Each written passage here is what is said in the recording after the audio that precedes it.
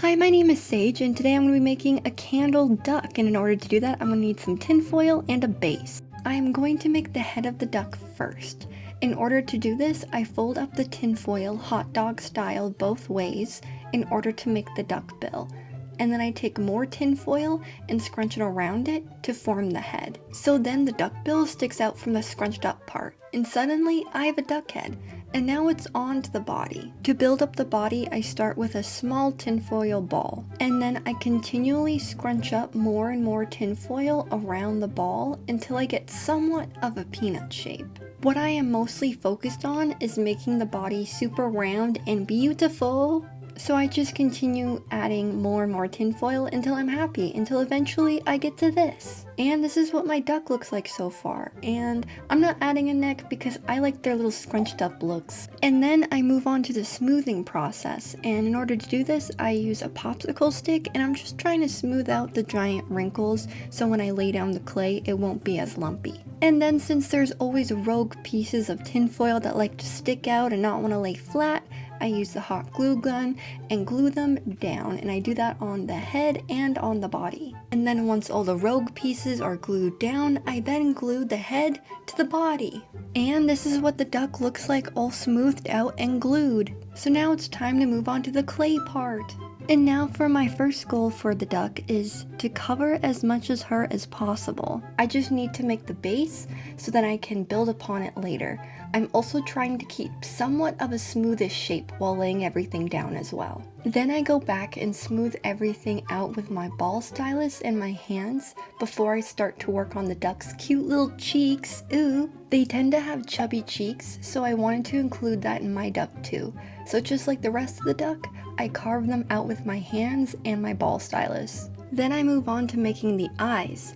So I roll up 2 small balls before I take the ball stylus and make the eye sockets. Then I add the eyes to the duck, and when I do, I make sure to blend the outer parts of the eye to make a smooth transition. So now that the duck is completely ready, I can pop her into the oven. Then I move on to making her hat. I cut a circle of tinfoil and then put the clay up top of that because it's the exact size I want for the base of the hat. Now I'm going to add a fake candle to get the size of the rims to hold the candle in place.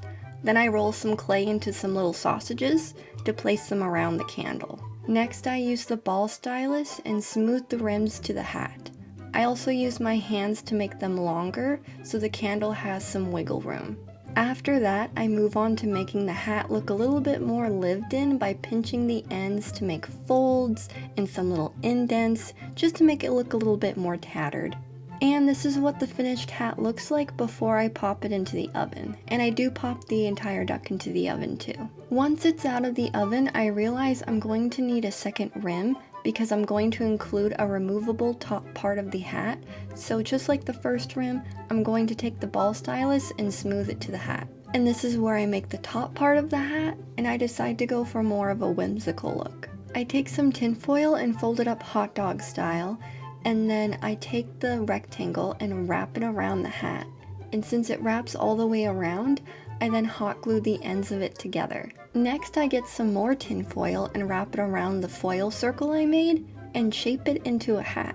Once I like the shape, I then hot glue the 2 pieces together. And then eventually it looks like this. Next I then add flattened pieces of clay to the hat until everything is covered.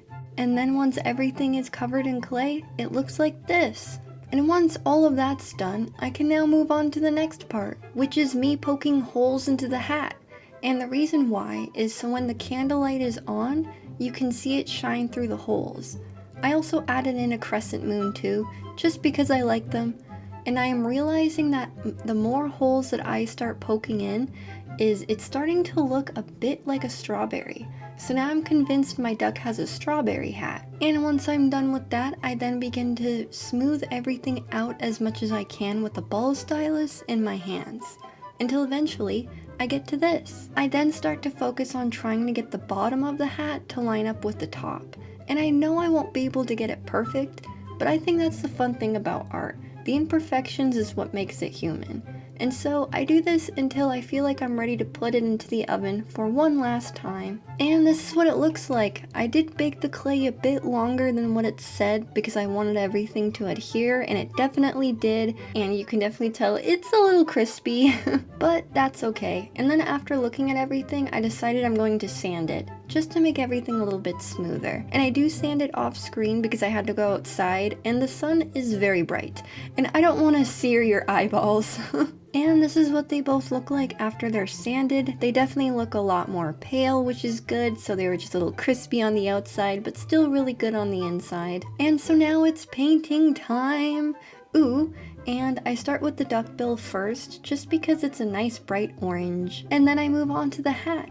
And I start with the darker green first before letting it dry, and then mixing the dark green with the light green just to make it more of a cohesive color. I then use the red paint to paint the removable part of the hat to help it look like a strawberry. And then I moved on to painting the base, and the base I'm painting is going to be like a light blue color, and it takes 2 layers of paint. After that, I start hot gluing on different types of flowers to one side of the base so that I can place the duck on the other. I don't glue down the duck because I feel like she's a free duck and she's going to be able to go where she wants. And I also got these flowers from the dollar store. And once those are glued down, I then start painting her eyes. I paint them both black. I then paint the duck white one last time before everything is done. And that's basically everything. So thanks so much for watching, and here are the glamour shots.